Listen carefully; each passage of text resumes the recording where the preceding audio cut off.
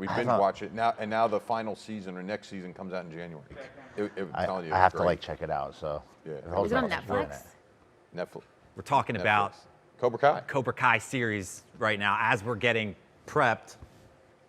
We've got probably about another 2 or 3 minutes, and we'll be coming live from the Synergetic stage with a great panel. And so just sit tight for a couple more minutes, and we'll be going live shortly.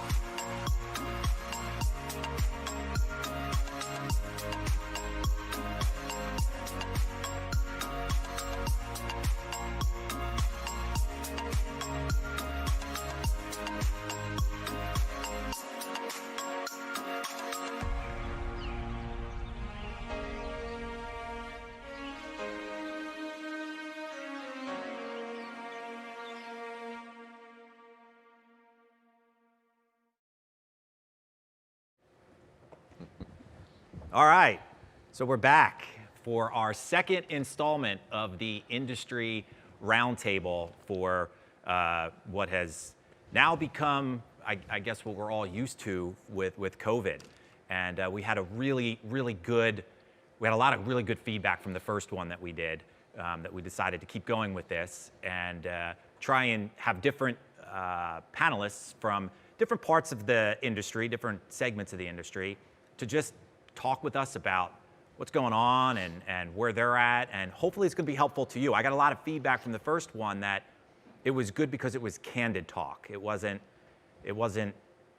proper. It wasn't politically correct, right? It was just we were talking candidly. So I hope you enjoy this one. We're gonna introduce our panel now of really awesome individuals. I guess we'll start. Well, I'll introduce Jason, and then you can kind of just give us a little background about who you are, what you do. I'm sure there's a lot of people who might. There's a lot of people probably know all of you already, but just for the people that don't know, give a little bio about who you are and what you do. Yeah, sure. So my name is Jason Janai. I founded a company called the SCE Event Groups. SCE Event Group, which is located in New Jersey, but we do events worldwide. We are a private event boutique influence DJ company that dabbles in production. I'd like to say we do cool things for cool people and help people celebrate whatever is in front of them in social, nightlife, and fashion settings primarily. And you were the DJ for the Eagles Super Bowl party. I have worked Right. for Mr. Laurie and the team at in Philadelphia for a number of years. Which so. every DJ in Philadelphia wants to know how a DJ in North Jersey was DJing the Eagles Super Bowl. It's technically Central Jersey. Central but Jersey, all right. Yes. Yeah, it's a blessing. It's all about relationships That's and right. doing the right thing and That's right. consistently delivering. I think over time, that's really the story. And just, been very, very grateful for a lot of the opportunities I've been able to be part of. In Well, my I'm grateful time. that you're here. So Blessed thank you. to be here. Thank you for hanging So, out. Yeah, my pleasure. Next up, Mr. Gabe. Well, thank you, Jason, for having me here today. It's great to be here. My name is Gabe Fredericks, Philip Gabriel Photography, and we are mostly a photography production company located just outside of the Philadelphia in Media. We photograph a ton of social events, weddings, to corporate events, to bar bat mitzvahs, and then we also have a large following on the commercial side of our business. We photograph a lot of food, architecture, corporate portraits, things like that, and and on the corporate side of the business, we do a little bit of commercial video production, food video, things like that. So, When I follow you on social media, you photograph food. yeah, So like the things that we see on the it doesn't trucks. talk back, Jason. But it's like when we see the Wawa food Right. or things on the trucks and the commercials, like that, some of that work could That be kind yours. of stuff, right? So you mentioned trucks. So recently, Asher's Chocolate is a local chocolate company. So I think probably by this point, all of Asher's Chocolate's trucks, from their small trucks to their, large 18-wheelers, they've all been rebranded with our photographs. So we did a series of photographs. So, but yeah, Wawa, we've done some stuff for them where, coffee cups on billboards and things like that. So, yeah, it's fun. It's a cool thing. And we remember talk back. I mean, I remember the first time I saw that, and you were like being flown somewhere to photograph food, and I was like, that's cool. it is. That's neat. It's So a lot of fun. thanks for being here. Thanks for having me. Next up, we have Michelle. I'm Michelle Finley from Finley Catering. We have 4 exclusive venues, 3 which are in Center City. So the Crystal Tea Room, Ballroom at the Bend, Union Trust, and then the Ballroom at Ellis Preserve, which is located out in Newtown Square. We do anywhere from about 500 plus weddings a year, as well as a couple hundred corporate events a year within the company. And that's pretty much our whole gig. Been in business for 45 years. My dad started the company 45 years ago, so this year's definitely been a little bit challenging, but looking forward to years to come. I think I forget the fact that it's been 45 years. Yeah, next year I'll be 45. Wow. Wow. Yeah. That's I forget that sometimes, right? Because I see you all the time, Right. and I'm not 45. I'm almost 45. But he started that. I heard this, like it was. He did like his. Tell me. Yeah, so he was Again. a chef. So he used to cook out of my mom's house. Yes, that's yeah. And he would do small backyard events. So whatever it was, you name it, like a baby shower, a graduation. And then he started doing cafeterias. Then somebody came to him one day and said, "Will you do a wedding for me?" He was known as the prime rib king of Delco. And Nice. true story. That's great. And he did the wedding and he realized you can make a lot of money doing weddings. So here we are today. Yeah. Took it Yeah. and ran with it. That's awesome. Yeah. That's awesome. And the whole family's involved. There's a lot of family members involved in the Yes. business, which is great. Yep. Which is great. All right, so everybody's introduced. We all know who everybody is. So we're going to fire like the first question away. Professionally, personally, somebody run with this. What have you been doing to stay positive, to stay focused? What have we been doing since March 13th? Because that's when I found out like my world was ending. of events were ending. What have you guys been doing to stay positive and stay focused? I got to tell you, as much as there's been a lot of unfortunate things that have come from this, it's been a blessing for me as a young father who has worked like crazy ever since my kids have been born. So there was some big silver linings. For the first time ever, I was able to sign up and say, hey, I'm going to be an assistant coach for my son's baseball team. I mean, I could have never dreamt of doing that. That's awesome. You know, Yeah. and it was awesome. I mean, last night, my son had his last baseball game of this fall season, and you know, now I'm getting chills thinking about it. I don't know that I'll ever get that opportunity again, but I had that opportunity, right? So for me to stay positive through all this, I mean, it's been the time that I've gotten to spend with my wife and kids, and you know, working from home, and you know, helping them through their schoolwork, and you know, I mean, it's really been awesome. So being able to do that stuff and being there and spending all that extra time with them has really just been fantastic. So. All right. I don't have any kids. So Yet. Maybe not- ever. Yeah, it's not. I'm good. Sorry if the missus is watching. No, I've heard that a lot. I've heard that that's been one thing that I think our industry, we're so busy on weekends, right? That we don't have that opportunity to know what we were missing. And now some of us have found out what we're missing, but We you have guys- weekends now. Oh, my. Like the first couple of Friday and Saturday nights were like, what do you guys do? You know, and it was the first time you could do something, but you couldn't because everything was closed down, Yeah. right? Yeah. I like, it's nice we're doing so many virtual events that they stop at like 5 o'clock, 6 o'clock on Friday night. And then we don't have to come back to work again until like 8 o'clock. I'm scared that half our crew is going to be like, when we go back to work at weekends, they're going to be like, wait a second. Weekends off were kind of nice. Yeah. 40-hour weeks during the week. So that's been interesting. But I digress. Jason, what? I definitely would echo what Gabe said. I have 3 kids, 3 children, and they're in different age groups. So I, for one, used to run and manage a calendar that would have probably somewhere in the area of 200 plus personal performances on a national or international level every single year.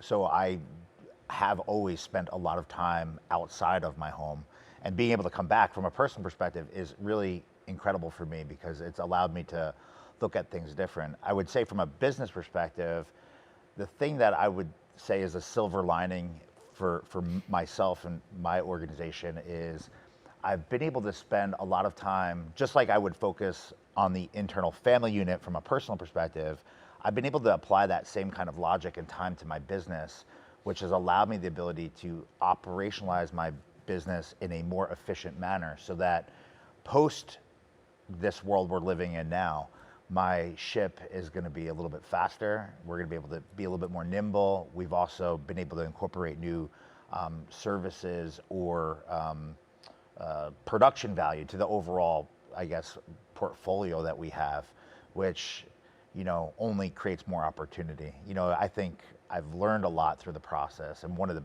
biggest things, kind of focusing on the personal and the business at the same time, the overriding kind of, I guess, thing that I seem to always refer back to every single day, especially when you go through these really, really challenging days, is appreciating opportunities and how every little win is really a tremendous leap forward. Whereas in the past, when you're so busy, you don't get to focus on and appreciate, you know, taking the time to smell the flowers or taking the time to say, you know what, that party was really dope. And yeah, I did get to play that party, but at the time of that party, I was so busy. Yep. It was like I flew to Minneapolis and then I flew to Des Moines the next day. Like, I mean, it was like, that was my life. Yeah. So it was like just the next hustle. Now I'm like, yo, wait, like this is big or this is awesome. And rather than saying, oh my gosh, I've lost 90% of the business this year, I'm looking at it and saying, I've been able to help, you know, this many people move their date And I've been able to look at the positive as in a glass half full perspective as opposed to the negative, because it's so easy to spin into that negative. You know what I mean? Yeah. So I've I don't think there's been enough people that have taken advantage of doing what you just said, working on their business over these last,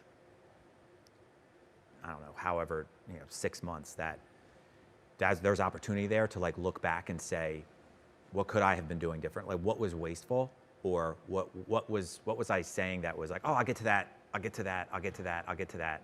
And now there's been some opportunity there to be able to say, how can our hiring process be better? How can I look at some of these processes and try and make them better? you have to look at it like this. This whole pandemic was something that hit so many people sideways, and they weren't prepared for it, right? Like, no one could have put what was needed away to operationalize this pandemic. You know, we're almost 8 months in at this point, and it's like, for us where we are, you know, there's still so many restrictions. We're not allowing us to do what we need to do. Yeah. So this is the true test of being an entrepreneur and a leader or captain of a ship. You either take the situation and create opportunity, or you complain about it on Bookface, and you're literally talking in communities, right? Yeah. Like, you go on Facebook and you're talking about it and you're listening to all the negativity, or you say, you know what, I can focus on my family, but at the same time, I can also put 6 hours of my day towards my business on a project that I would never, ever be able to touch. And that 6 hours could create an opportunity, and like, just look at the world around you. I think that in every area of the event industry, there's been people that have come out and created a situation that has put them in a position of power because they worked through the struggle.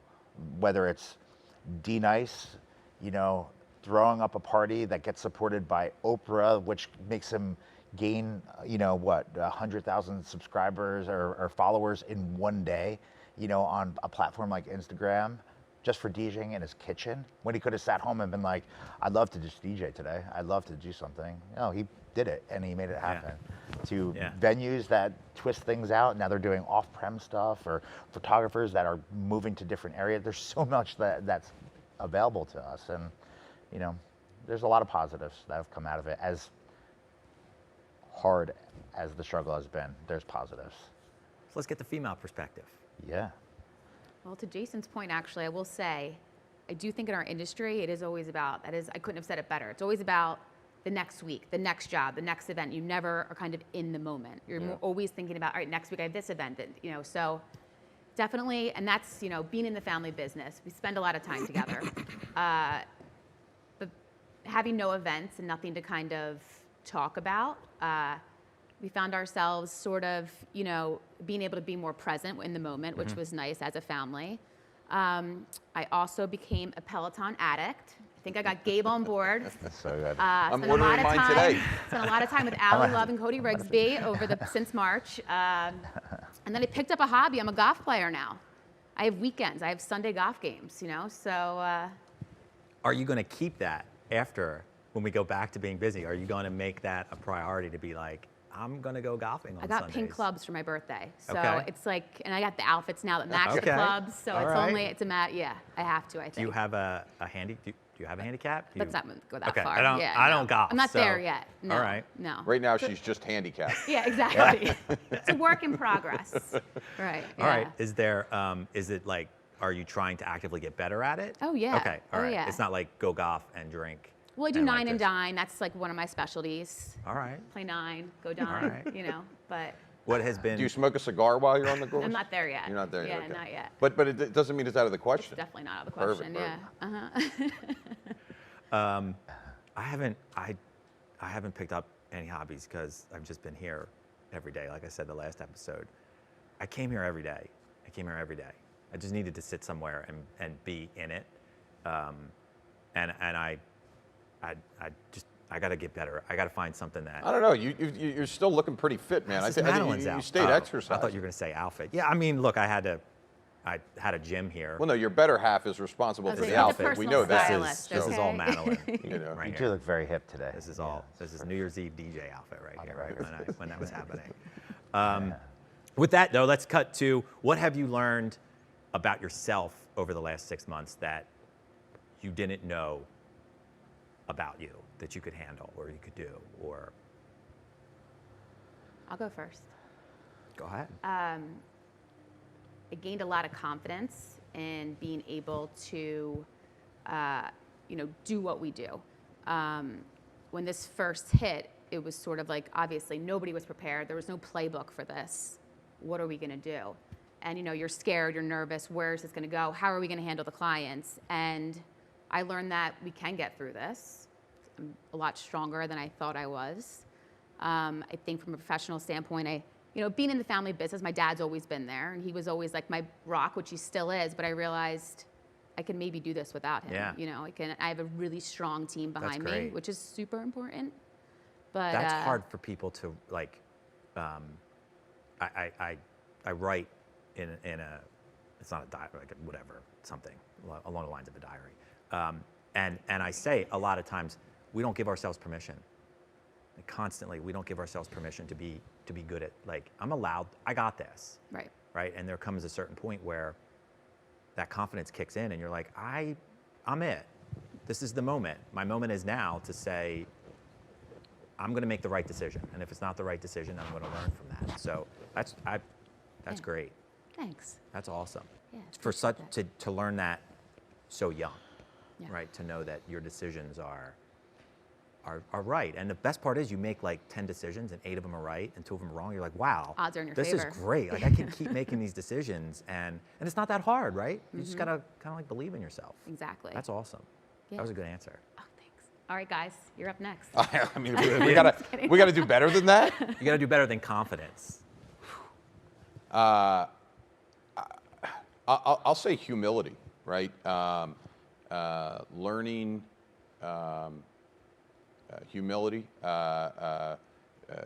learning how to just be more humble, and I think back to kind of what Jason said. How normally we are go a million miles a minute, and when everything's going great, it's easy sometimes for our egos to get in the way, to not be humble, and realize sometimes what a gift we all have, right? And there were some things that I had to just let go of, and a lot of things that I just had to let go of, and For instance? What's that? For instance? Well, okay, so when it crashes, right, and all of a sudden we see, every year our business, since we've been in business, our business has grown. Our numbers have gone up every year. We've never had a year that's dipped backwards a little bit, right? And I started the business almost 20 years ago, when I was in college, and so to see that huge dive, right, and then going, okay, do I continue to spend money on Phillies season tickets, membership to a social club, or do I let those go so that I can make sure that I have finances to keep employees alive Yeah. and their families, right? So to make those phone calls for me, some of these things, and go, for the moment, I got to cancel this membership because it's more important to me to make sure that I can pay this employee who has a family than it is, and for me to stomach that, it made me feel like a failure, right? So that just things like that for me, this was huge for me to learn, because I'm the guy that we all go out to dinner. I've paid for that dinner before anybody ever had a chance to, because I need to be the person, you know, and it's just so to go backwards on that kind of a thinking is never been done before for me. So I read something yesterday. Ego is doing things to get to a peaceful state at some point. Like you're doing all these things because it'll come. This thing that I want is going to come. Right. When really it should be accept the peaceful state so your ego can just be. And I think, you know, to not be able to do certain things and not to be able to make those phone calls is tough. It's yeah. Wow, these are two really good ones, Jay. You're like, Yeah, I mean, they're both on point with kind of what I would, I mean, if I was to add, I think, you know, like humility is something I personally, at first, you know, I've lived in a world that has allowed me to travel all over this beautiful country and this beautiful planet that we all share. And I've done events in some of the biggest, and these are like boasting comments. And that was kind of like, I lived in a world where like I never had, it's not that I didn't have to work for it, but I had to, like this embedded universe of people that were surrounding me, and like, you know, could go to any club and you know the DJs, or you don't have to wait in line with 500 people to go, like whatever. And I think humility is a great one to focus on, because, you know, like for the DJ universe, you know, like you go on a platform like Twitch, which is a brand new platform that's technically not even supporting the culture, but a lot of people within the DJ industry at all levels are there, and you go to play a set and you have 20 people on, you know, and it's like, whoa, like, you know, 20 people would normally just be with my inner circle that's right there, you know, and you really have to take a breath. I think my big takeaway is that I've lived a lot in excess. So I was kind of that guy that always bought the dinner for the, you know, 15 people that were out, and ordered the next bottle if we're all sitting somewhere, as you can probably recall, Mr. Weldon. You know, just having a good time. I always like to just enjoy, you know, and celebrate the success, right? And but looking at it now, it's like, yo, why, like, I don't need that. But you're busy right now, right? You're working. Not really. There's something. We're working on projects, but it's not anywhere near where we were. But you know? there's something there. There's hope.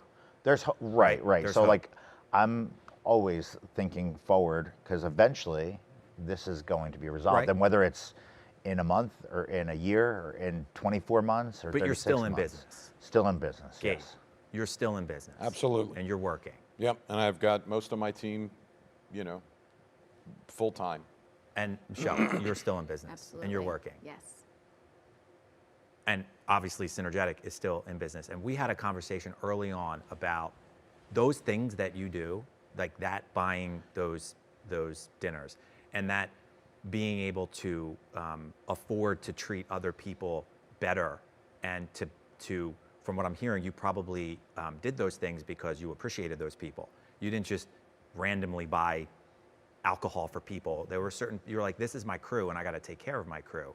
I found that my team has been, they just were like, what do we got? What do we got to do? Right? What do we got to do to make it through this? From doing some jobs for free, to taking pay cuts, to working longer than they had to. And you're surprised, because you're like, you don't have to do that, but they do that too.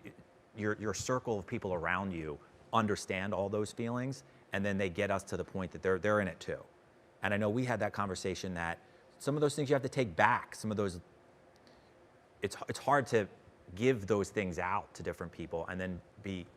Yeah, I mean, I've Talk about your how you give everybody a day. well, one of the things I was going to mention that that was difficult for me, right? So I mentioned that our business has always grown, right? And through that I've always rewarded those who've built this business with me, because the business isn't where it is today on my doing. It's with an awesome team that I've had for a long time, and it's grown. And as that company went from 2 people to 4 people to 6 people to 8 people to 10 people and so on, what we did had to change, right? Where, bonuses and different things like that, and benefits, et cetera, right? So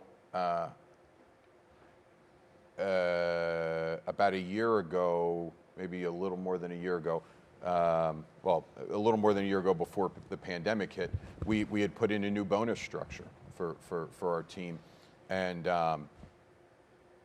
every quarter we were hitting these goals, and everybody, and then this hit, and I had to say, guys, for the moment, there's no bonus, right? We've got our salaries, benefits, and I was gut sick having to say this, and I'm like, it just sucked. It just sucked, right? But they were all understanding, and everybody's been working their tail off, like you said, and willing to, help out and be there and do it. We were on a phone conversation early on, Yeah. and you had said how you give everybody gets 1 day a month off. Yep. They get to pick a day. Right. Pick a day. So in addition to your You get 12 extra days a year your off. vacation, et Right. cetera. Pick a day and And as a business owner, that gets hard to manage as you get more and more people that work with you, because your company changes structure, but it's those things, and we had that conversation, that it's those things that your team sees, and then they stick with you through that hard time. And I think if anything that people can take out of this time frame is, there's a lot of business owners that need to recheck how they treat their employees, right. and how they care about their employees, and just being there. Sometimes it's just a matter of like, look, you just show up and I know your name, I know what you're doing. I realize you went a little longer than you should have, to trying, at least just trying something, right? Maybe it doesn't work, but at least you're giving that effort. I think you saw a lot. You're going to see a lot of employees now say, I don't have to give you my all,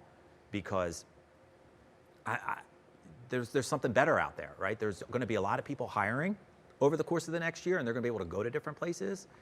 And I think that's going to resonate a lot. I think a lot of employees are going to have different opportunities where they can go. And we only hope that they see that we're trying. And I think everybody up here is doing their best to not just what a business decision is, but also a decision for their employees.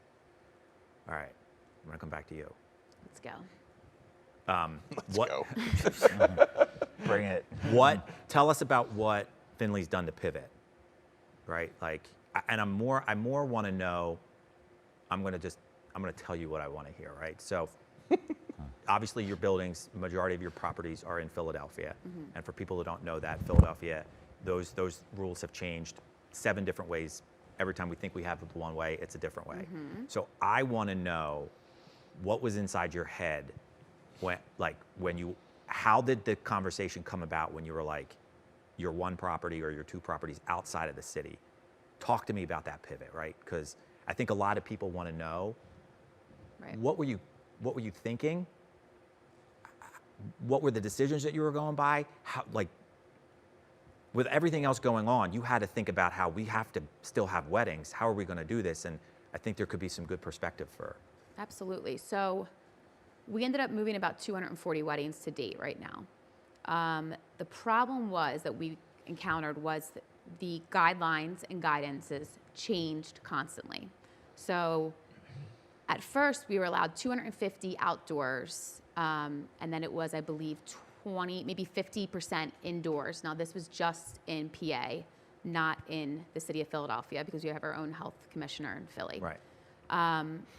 once we found out 250 outdoors, we looked at Ellis, which we do have. It's not our space, but there is a large plot of land out front of Ellis. And Ellis Preserve is? In Newtown Square, which is under the state laws and rules and regulations. So we could do 250 outside. Now it was just a matter of going to our landlord and proposing the plan. We're going to rent a tent.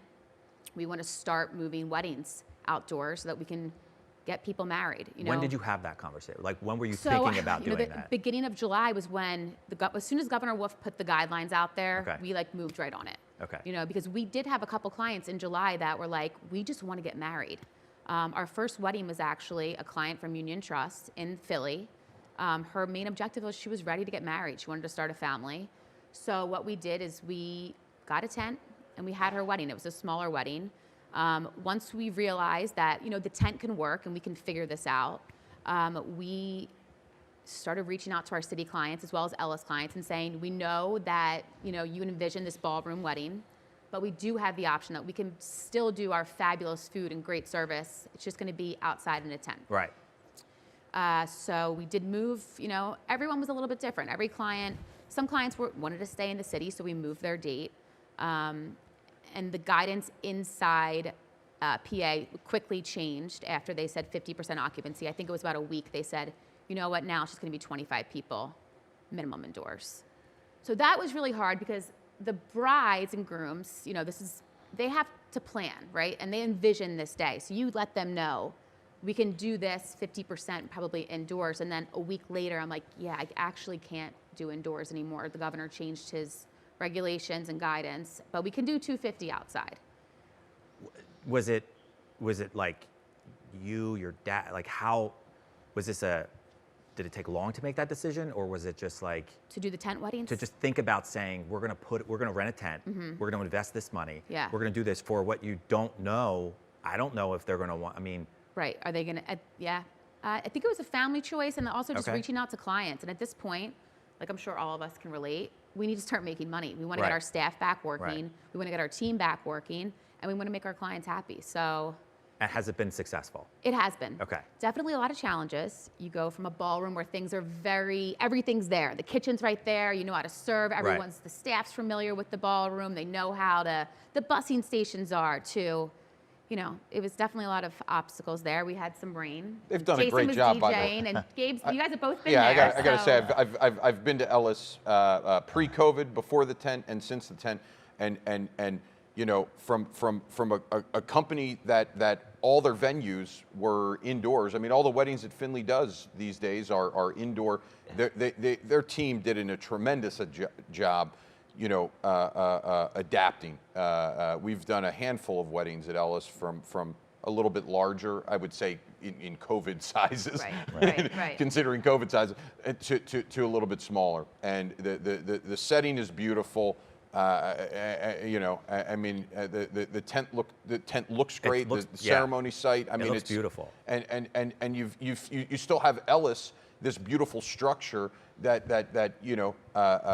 brides can use the indoor bridal suite, right? And we got the facade, to outside of it to use for photographs. Beautiful set. It's just it's been fantastic. And I think a lot of people are trying to figure out that there was decisions that had to be made, right? And you had a family business, which was probably a little bit more difficult. Maybe that decision could have been a little more difficult. My family is in a business, and I know when they want to make decisions that sometimes they're tough. They're tough to figure out if everybody wants to be on board with that. So, but I think that was a great pivot. But Matt, you've got 3 properties in the city, then you have to go to just 1 outside. And smaller weddings too. That's another thing we did. We offered a micro package. So instead of having, I've had clients at one wedding, they were inviting 380 people. They had 54 people at their wedding. Yeah. So we, adjusted their contracts, worked with the brides, and offered just a different style wedding than these girls had, envisioned. Well, that's good. Yeah, it's great. There's not a lot of properties that have space that they can put up a tent. We are very lucky that we had that as an option to offer clients. Yeah, yes. That's great. What have you done to pivot? Like even just one thing, like what? To piggyback off of what Michelle just said, really adapting to being open-minded to change and adapting to what our clients need, right? Offering pricing and packages on things that I would have never considered 6 months ago because we didn't need to, you know? We were trying to figure out how to take and service all the work we were getting, right? So really that, I mean, adapting to our clients has been something business-wise that we've really had to change, create new packaging and just listen to what they want. And the word no's really never been in my vocabulary, but I don't even know what the word I don't even know what no could even mean these days. There is no, it's just, the Union League general manager, Jeff McFadden, great man, said to his staff, there's never a no to our members. It's the answer is yes. Now tell me the question, and that's just it, right? And we just figure it out, and so I've always tried to live by that anyway. But just not to cut you off because I'm gonna let you go. You look like you're chomping at it. So just so people know, we're in our warehouse. We're in the Synergetic warehouse right now. And you just can't control sometimes when there's little bugs that want to fly around. So it's similar to the debate, right? There was a situation I there, know, too. maybe that's what's Right. going on. I mean, Is there a fly in my hair? You can just see it kind of like flying around here, and it's like, I hate it, and I'm like, well, what am I saying? It's like, what are you supposed to do with it? So I just want to point that out that we're in a warehouse. There's only so much we can do by that. But. So Jason, I got to say, I walked in here, and because we're on this question, I want you to answer this question because I walked in here today, and I've been to your place before, and it's in offices and a warehouse, but I'm blown away with how you and your company have pivoted, and I think your pivot probably blows any of ours out of the water. So I would actually love for you to tell everybody how and tell us Sure. a And little I'll let bit you go. about that. Yeah, no, Sorry, not to cut No, you no, off, no, Jason. This is I'll good. let I you love know. what you I'll both let you said. guess. So this is great. This is awesome. I mean, on March 13th, we lost every corporate, just like all of us, we lost every corporate job that was even going to happen. And the next 2 weeks, we lost everything. And we all sat down as a team and we're like, what do we got to do? What should we do? What are the things that we can do?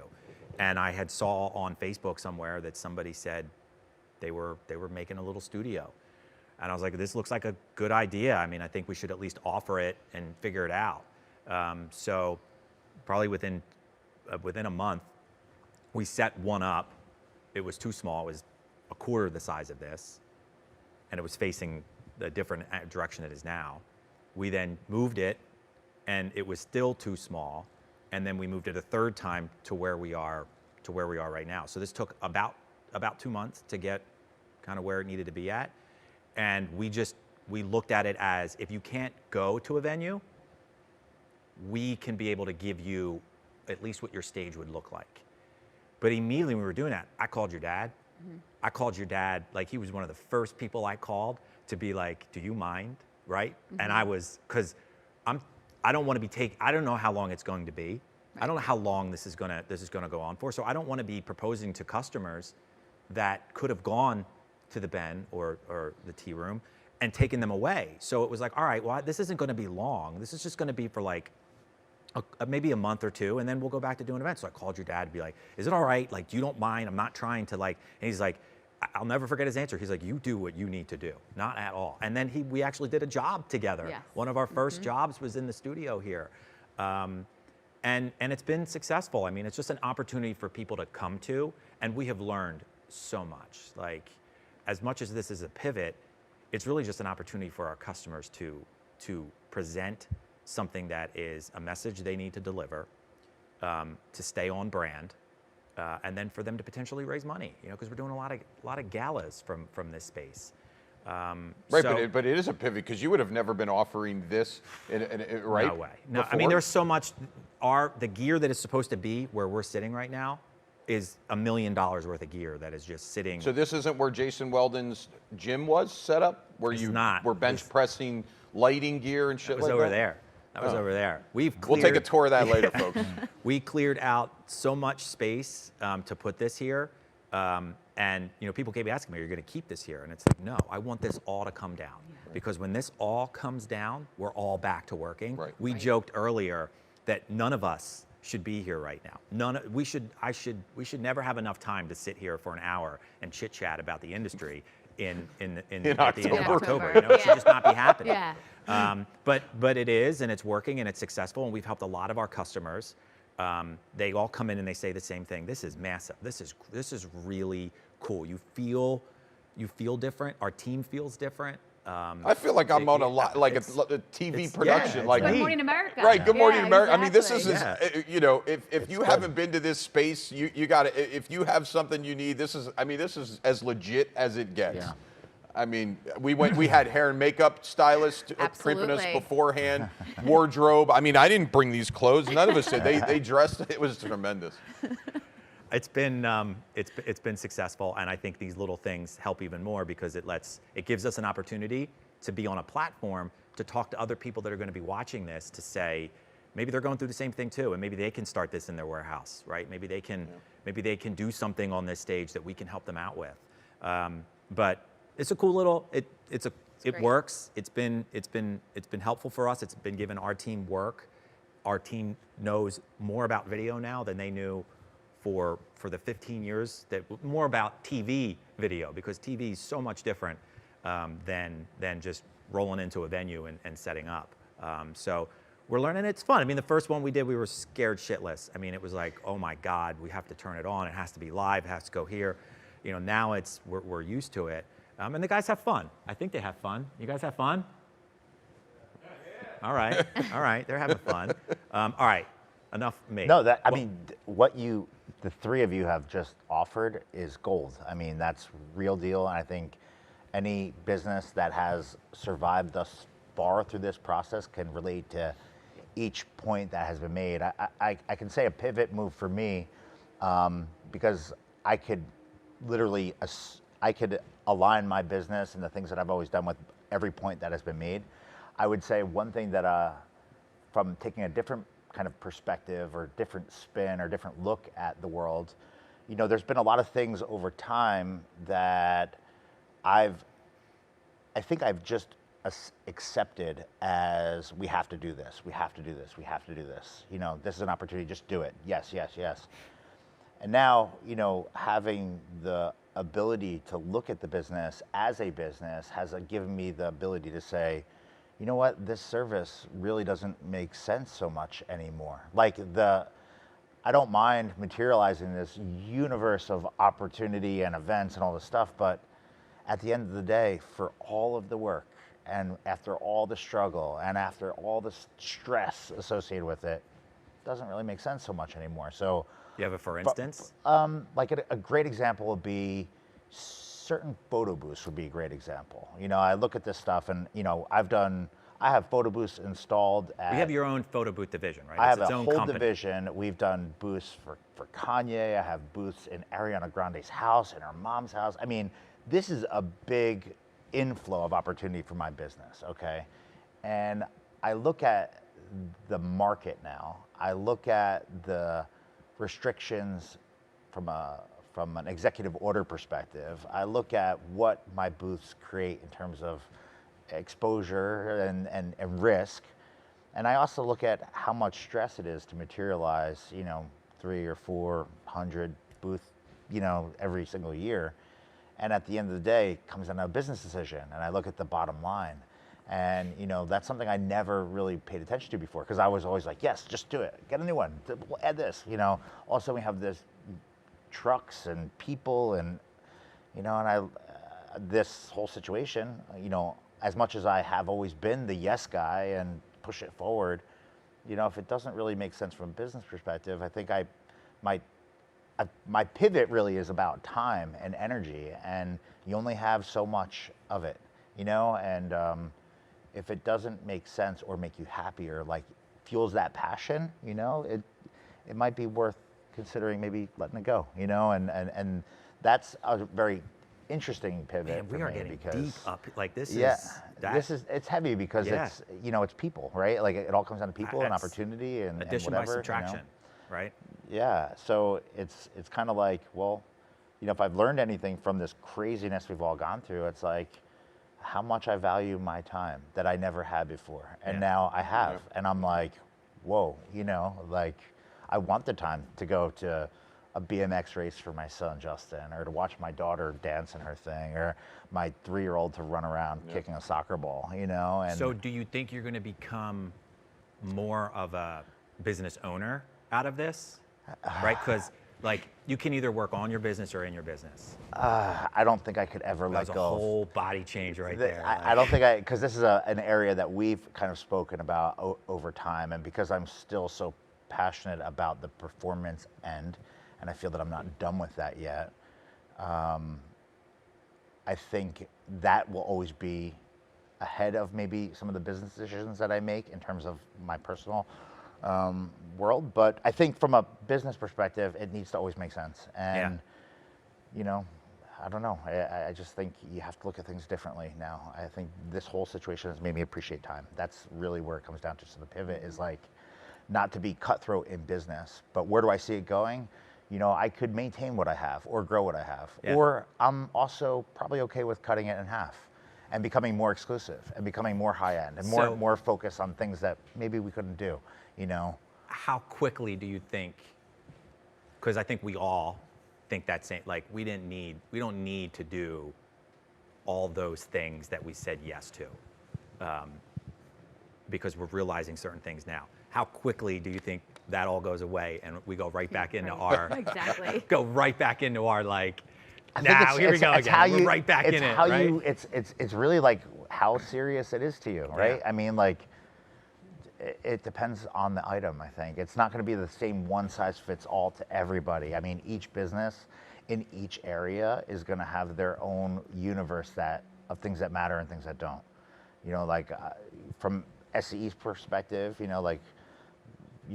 have 50 plus people that work for the group, and we use contract help to fill some other opportunities. I mean, it's larger for a DJ-based business.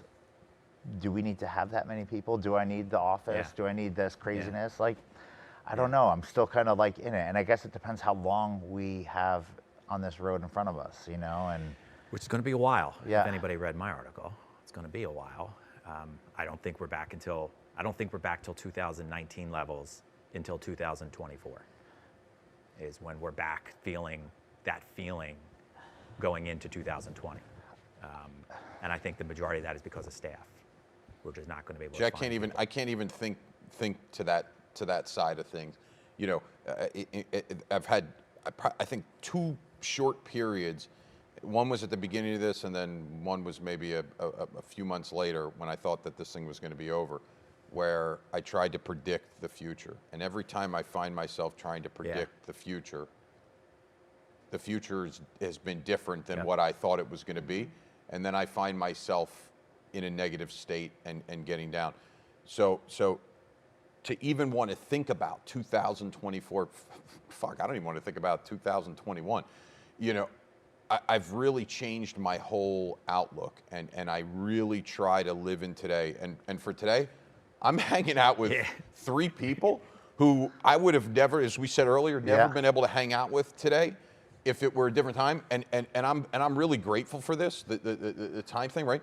And I'll worry about tomorrow if we book some new business tomorrow, if this thing tanks tomorrow. We go back to mid-March, so be it. I'll have to figure that out then, because what took place, I never predicted. Mm-hmm. I wasn't prepared for mentally, physically. I just never thought from where we were that could take place. So now it's really just today. I mean, I have to live in today. I'm not forecasting. I'm not even thinking that far out, because, listen, I thought we were done with weddings canceling, and as I told you, and we were talking earlier, I just had 2 weddings reach out for January that are, and I'm going, wait. I thought we were done with this stuff, you know? So it's like, forget, all right, sure, we're gonna move. All right, let's move. We'll figure it out, you know? And just, I don't know, yeah, so. It's a crazy world, right? It is. I mean, It is. It's a do-over. We all But have for a today, do-over. we're making payroll, right? For today, we're making payroll. making payroll. For today, we got some jobs, and tomorrow, it's tomorrow. It's I spent about a month. I spent about 2 months coming up with that, why that timeline matters and why I think it's going to be so. And that's to get to 2019 levels. Yeah. That's not a comeback. Obviously, Right. we're going to start the comeback when the vaccine's out. But to see where we were at in 2019 is a ways away. And we got to be prepared for that, because I think if you're prepared for that, different business decisions are made, and you can continue to say, there's going to be day by day, day by day. We're not going to go into this hope phase of like, I hope we're back together next year. No, we're not going to be back at it next year. It's going to take even more time than that. Anything you wanted to chime in? Because I got another question for you, but I didn't know if you wanted It's to just add. the fear of the unknown, I think, and just kind of, it's out of our control. So we have to cope with that, which is really hard, because I know we're probably all very controlling people. You know your business, you have all the answers for everything, and then all of a sudden this happens, and I have really no answers. I don't know when it's going to end, and it's you know, what's- being okay with the unknown. I love that. And to be honest with you, like for us in New Jersey, our governor goes on these daily or every other day Facebook Live kind of updates. The result of what he says in this 1 hour block of time can control my day or the next day and a half in front of me. Because he could say one thing that literally stirs the pot, which would cause 40 different couples or 40 different people that are planning whatever it is that they have to create an email questioning a comment that was literally like him just responding to a reporter. Yeah, like they interpret it one way. And I'm like, oh my gosh, like wait, until something changes, like this is what it is. And it's never been like you live day to day like that. Like your business and my business, all the businesses in the special event space literally are impacted by these outside of our industry things that can shift the culture. And I think the culture has shifted already to date, but I think it's going to continue to shift as we come through this. And getting to 19 numbers or even 2020 pre-COVID numbers, I mean, I don't know what it will be in the future, because things change and people change and outlooks change. And what if there's another thing, or, you know, like there's a lot of unknowns, like Michelle said. And as there's just- entrepreneurs, the whole reason why we got into this, or whatever business we're in, just as entrepreneurs, we like to see information and make judgments based upon future. We take that chance. We love those chances because we think we can see into the future. And that really is a struggle for us now, because we can't make any decisions right now because there is no future to say, I think it's going to do this, so I'm going to go this angle. And that's tough to do. We were talking earlier about, before we went on, about how your contracts are going to change a little bit. About, we were talking about how it seems like the two of you already have. Yeah. You were, Gabe, you were interested in that. Tell us a little bit about preparing ourselves for how your contracts are going to change for the future, because the question was a deposit versus a payment versus a retainer, and being able to show the customer that there's been work that's been done. So if you made a $10,000 deposit on a $50,000 job, or retainer or payment, that they're not just entitled to that $10,000 back because there's been emails and phone calls, and maybe some things have already been ordered, people have been scheduled, the room has been reserved, all these things some work has been done, and we're trying to figure out ways that we can mitigate that so the customer knows in the beginning, oh, you know what, there was some work that was done. So tell us a little bit about. So our contract, I'll be honest with you, until I came in the picture about 8 years ago, my dad's a nice Delco guy, was a joke. There was no clauses in it. It was pretty much, here's your price per person, here's how many people you're gonna have. This is what you owe me. Give me a deposit. He's from and then Delco. We're good." handshake people. He loves the handshake. That's it. So I came on board, and I had a friend that was, a lawyer, and she did contracts. And she said, "This is a joke. You need to cover yourself." So we made a contract. Now, did I ever read our contract? Did I know what our contract said? No. People would question. I had the answers from the lawyers on what to say and why things were in place. But the lawyer said, "This is the contract. This is how you want to do Right. it." So we had a deposit, initial deposit, which was due, and then we had a second deposit. Now, through COVID, I never want to hear force majeure ever again after this. Ever again. That's like a word that I cringe when I hear it. But a lot of clients do think, which not against them, it probably wasn't made clear, and it is going to be an industry thing that we're going to need to change is the terminology. And we were talking about this. It's no longer, once I pick up the phone or email you and you come in for a tour or, meet with any of our sales team, there's tastings that you attend, there's emails, phone calls. Your deposits just don't go towards your wedding. They go towards the upkeep of the room, the IT, the staff. So it needs to be phrased in a way that's maybe more clear to clients that your deposit isn't just for the main event. It's to a lot of things that are leading up for us to be able to host that main event. Right. And maybe making that more clear will in turn cause less, issues. And I don't think that would have been changed. I don't think it was a thing that even would have been discussed or looked at until something like this happens. Yeah. You really need to sit down.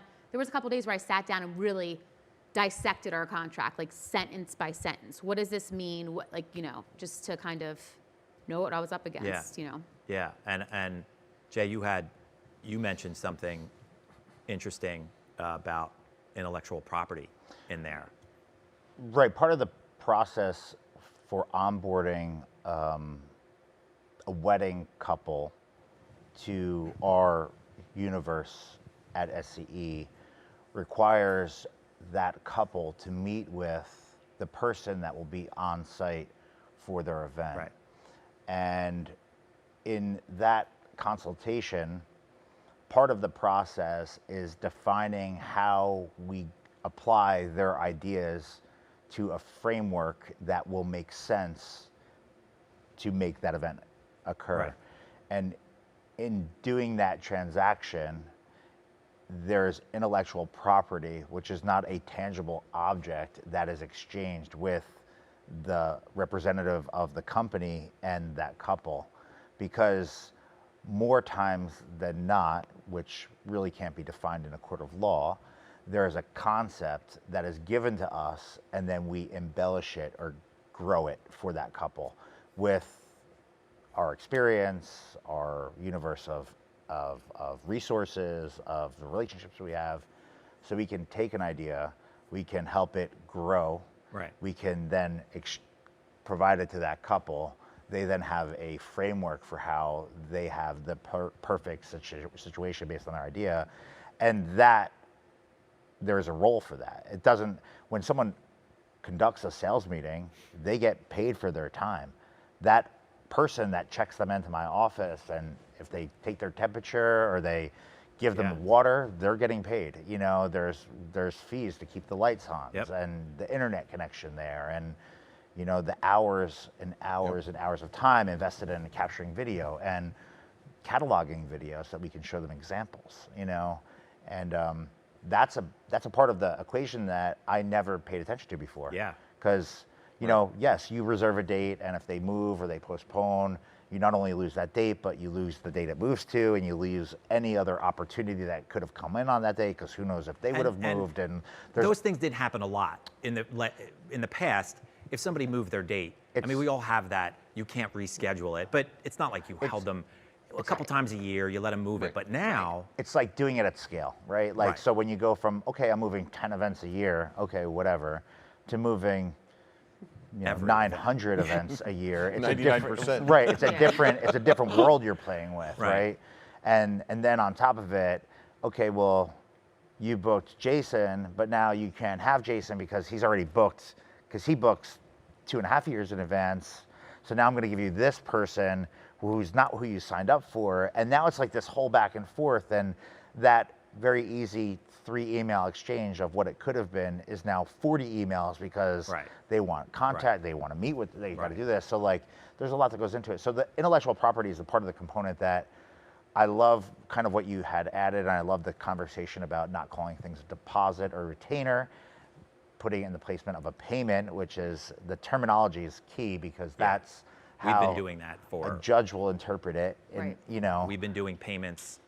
Like we even catch ourselves in meetings when we say, well, what's the, no, it's a payment, right? And Smart. they'll tell me, don't you, like my team will say to me, it's not a deposit, it's a payment, it's a payment, it's a payment. Because a deposit is like, I'm putting something down for something I'm going to come pick up or something in that world. A payment is looked at differently, from what I've been told by certain people. And I think you can play into his world because it's the same thing. They're booking you as a photographer. They're booking Yeah, I mean, there's your- not much else I could add. I mean, Jason covered it. I mean, when we meet with our clients, I mean, we meet with our clients. We are design. You know, they're coming to any of us, not just because he shows up with a microphone or he shows up with certain production equipment, right? There's a lot of people who can show up with equipment. They're going to you, they're going to me, not because I have a camera. Well, there's a lot of people with the same camera. It's what I see through my eye and the vision that I have in my head, right? It's not how I click the camera, right? So what Jason said, I mean, is spot on, and you know, it's all of those things. It's the bottled water in the fridge. It's the person who's putting together the slideshow. It's cataloging all the millions of photographs that we have, so that when a client calls and says, "Hi, we're having our wedding at the ballroom at the Ben," it's, oh, perfect. Well, we spend hours of time cataloging all those photographs. So when a client calls and says, or it says, "Hey, we're having our wedding at the ballroom," oh, perfect. Ballroom again. Oh, here's 5 links we can send. Oh, and you're having your ceremony on site as well. Oh, perfect. We're going to send them these 3 links. Well, that takes time. It this takes is my money. theme. Let me send it to you. Check this out. Here's some ideas for inspiration. Right. Like, I look want to at make sure this, that you know. we're not, because there's going to be customers that are going to watch this in weeks to come, months to come, and you know they have every right to feel exactly how they're feeling. Absolutely. Right now, right? Absolutely. They don't have the money either, and they're losing a lot of money, not just on the venue, but they're losing the money on entertainment, on photography, on the venue, on the lighting. So their battle with you and you and you and me is, at the end of the day, it's 30 grand that they're out. And they, in no way, shape, or form do I think that am I not empathetic and sympathetic with them. Absolutely. And I don't think they are at us trying to say, I want that money back because I don't like you. It's just that we don't have the money. They need the money to pay their bills. And we're all just in a real shitty place to try and handle that.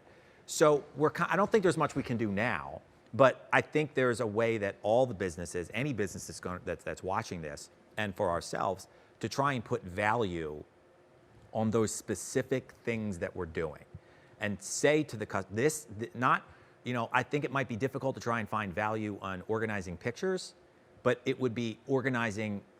There has to be something else there that we can all find to say, you know what, this is worth $1,000, Right. and this is worth $2,500, and you don't get that money back because we've spent it already. It's already been spent in time, in X, Y, and Z. Right. But you do get this money back. We didn't reach this part of the project yet, so I can give you that money back. Right. Well, you said to me in conversations that we've had over the past 6 months, you know, we need money in today to make sure that we can have the staff, the team that we do, right?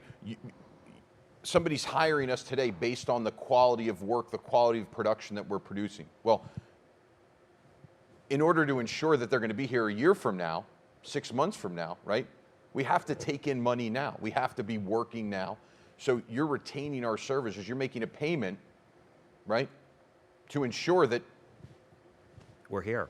Jason's going to be here. Whoever on my team is going to be here. That we're here and we're still producing the same product, the same quality of product, right? I mean, shit. freaking take some Finley names here to begin. Miguel Ott. These are guys who 20 plus years have been with us. 20 plus years. You say the name Ott, Miguel.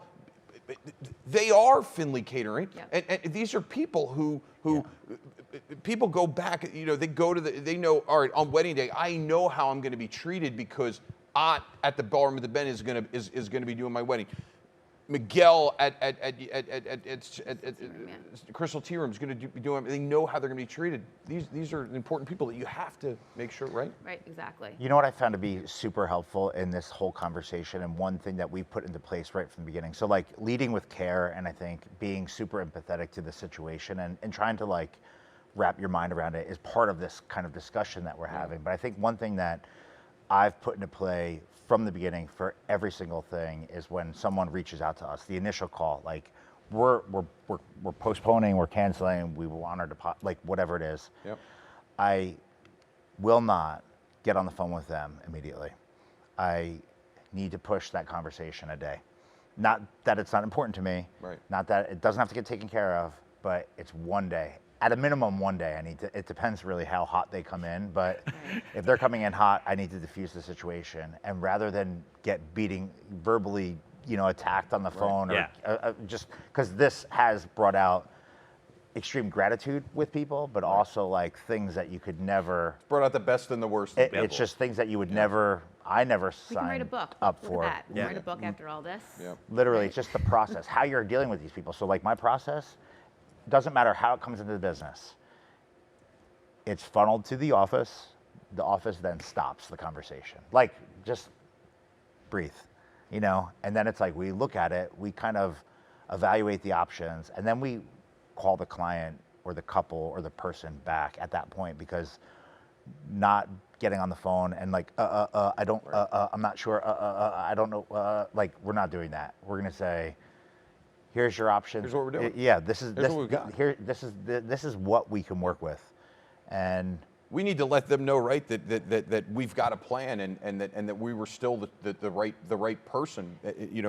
Here's what we can offer you. if anyone in the circle, I want to say circle of trust, the network that you're working with, upsets that couple. Yep. The conversation for every other professional that they need to have is going to become that much more challenging, Right. and potentially emotionally charged, right? So like the minute you can kind of stop, and I don't ever want to be, even if it's a negative that they're going to hear, like I want them to know that we're at least caring about the outcome, and we're trying to come up with a solution, as opposed to being like, nope, that's it. We're all in this You're together. like, That's what I want. yeah. So it's Yeah. like, how do we just I cool like this that. conversation out? Like, how do we slow it down? How do we just because if someone's emotional and they're trying to have a conversation with you, It's tough to have a it's good. very difficult to be rational with someone who's not Yeah. in a framework of being rational.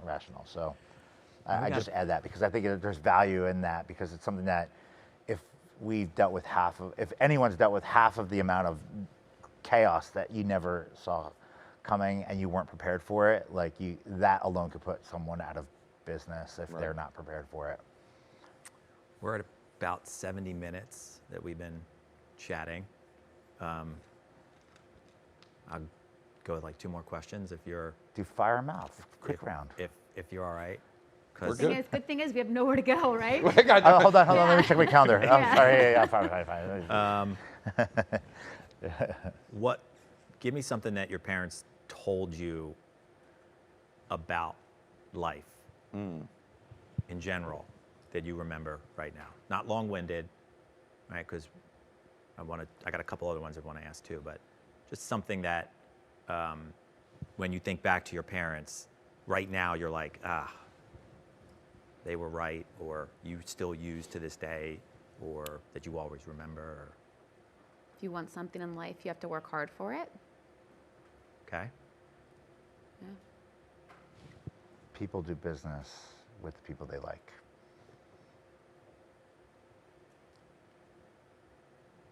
Do what you love and you'll be successful. I'll be slightly long-winded. Go ahead. I was a terrible, just a little more long-winded than them. I was terrible at academics, and I never thought an artist could ever make a living. My brother, the guy didn't have to study for a thing in life, and he's uber successful, and I thought, well, the only thing I'm good at is art, painting, drawing. Took up photography, right, and I thought, I'm never going to make any money. My mother said, Gabe, stop worrying about it. If what you're good at is art and photography, go to school for that. You'll love it, you know, and you're going to do great at it, and you're going to be successful.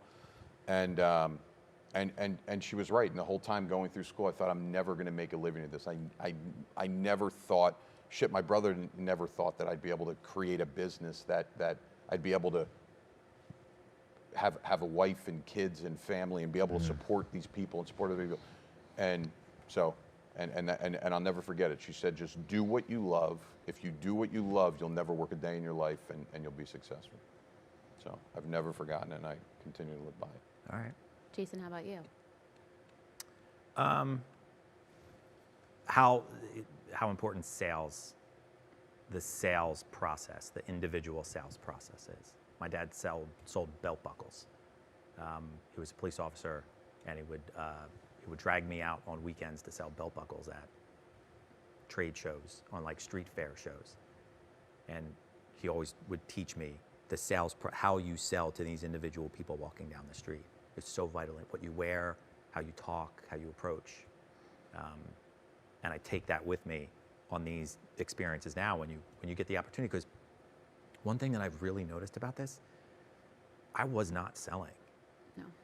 And I've sold a lot in the last 3 or 4 months, and man, do I miss it. Man, just talking to customers and being like, oh yeah, we got this. Talk to me, I think we could, you know, as business owners, we tend to kind of gravitate away from that. But to get back into that and to listen to their fears and their concerns and be an expert to try and help them it's kind of got me by the last couple months to be like, I forget how much I miss this. So I'm sorry, I was long-winded there. All right, one last question. Of all the years that you've been in business and all the years that you've been doing this, is there one particular time that you learned a really hard lesson that you like swore you wouldn't do again? Like you screwed up, you messed up, and that catapulted you to say, we're not going to do that. 2010, I bought the building where our office is now, and I was literally working, I think, 24 hours a day, 7 days a week. I didn't sleep, and nobody could do anything as good as me. I was the best at answering the phone, at taking a message, at taking a photograph, at processing an image, and I couldn't let go, right? And I was on the phone with my brother, and he said, "Dude, you're going to either kill yourself, or you're going to end up divorced. You know, this isn't you can't sustain. If you're working this much, you've got enough business that you should be able to hire another person." And that was the game changer. At that point, I had one employee, and that was the game changer for me. At that point, I started to let go, and I had hired at least one new person every year since, and learned that I could empower and entrust and train other people, and they could do it better than me. So That's a hard point to get to. yeah, You know, when you get there, it was hard. it's a whole nother world opens up. A whole nother world. Yeah. You got it right. It's a hard question. How about you? While they're thinking, you got one? It's like, which one do you want to pick that was a hard lesson that you're like, probably buying a building and thinking that I knew everything about it and was going to rehab it and knock it down and build this amazing, super awesome warehouse, and this was going to be Synergetic headquarters forever,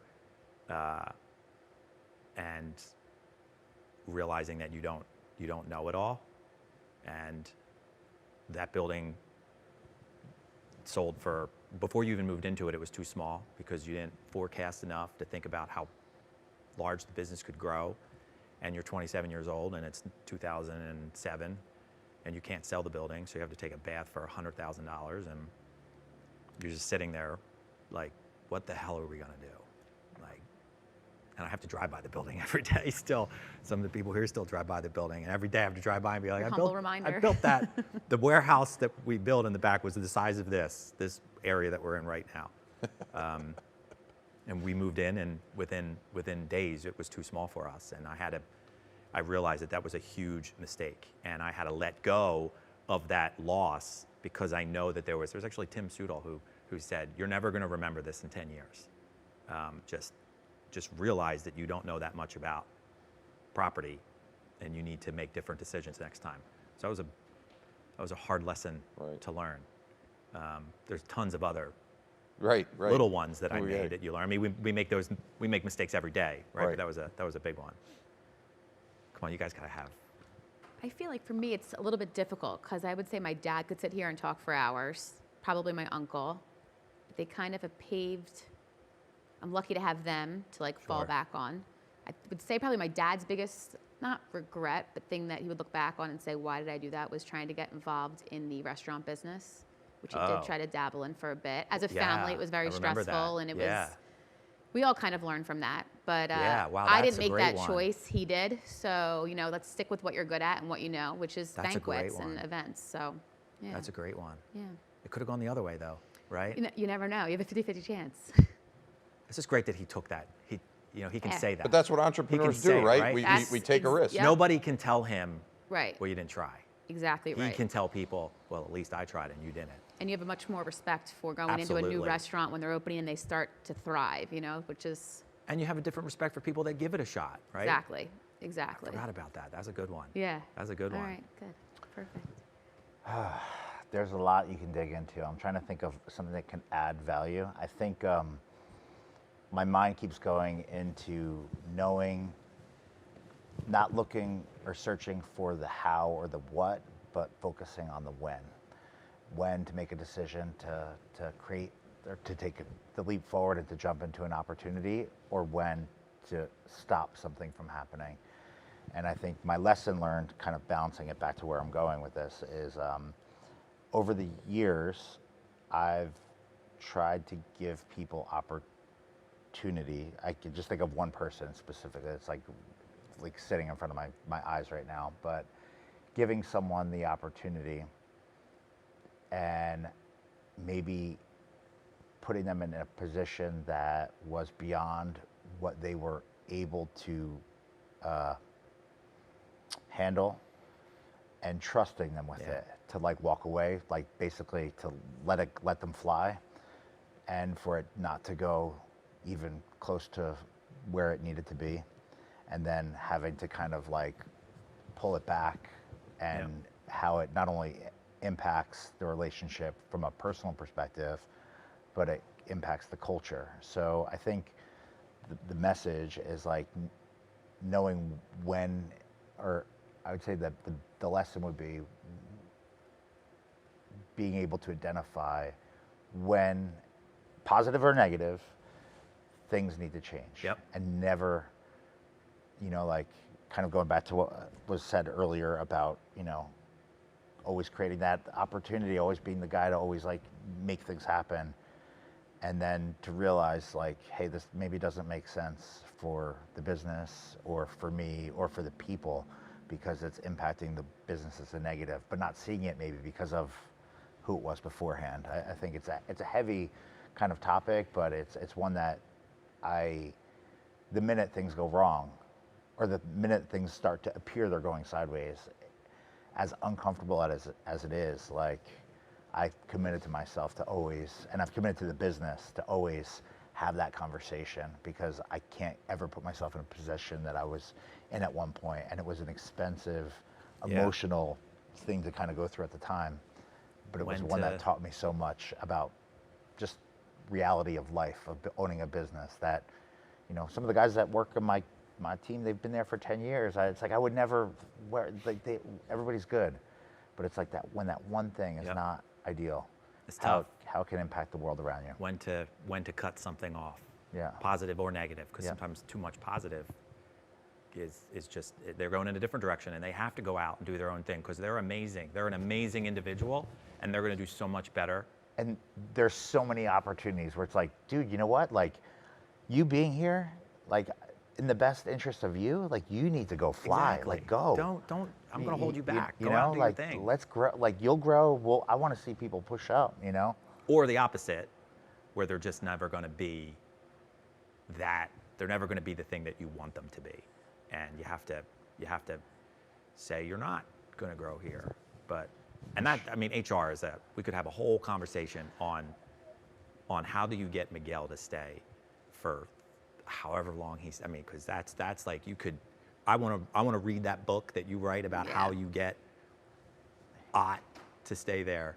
You know, because he's just, you know. But we're timed. So, anything else? Anybody want to input Just into where we're at? thanks for having me, man. No problem, man. This was fantastic. I mean, problem. thanks for putting this together. And it's for people watching, right? Like, You know, yeah. Thanks to all of you guys. Yeah, thank I you. want them to be able to see a little bit more into your life and what it is that we're facing, and hopefully we'll get you all back here again. I was gonna say, can we do it when we're like back up and running? Absolutely, We'll and have a say, couple cocktails. Here, we'll do it from. We can do it from the Crystal Tea Room. from the tea Oh, room. yeah, That'd be awesome. absolutely.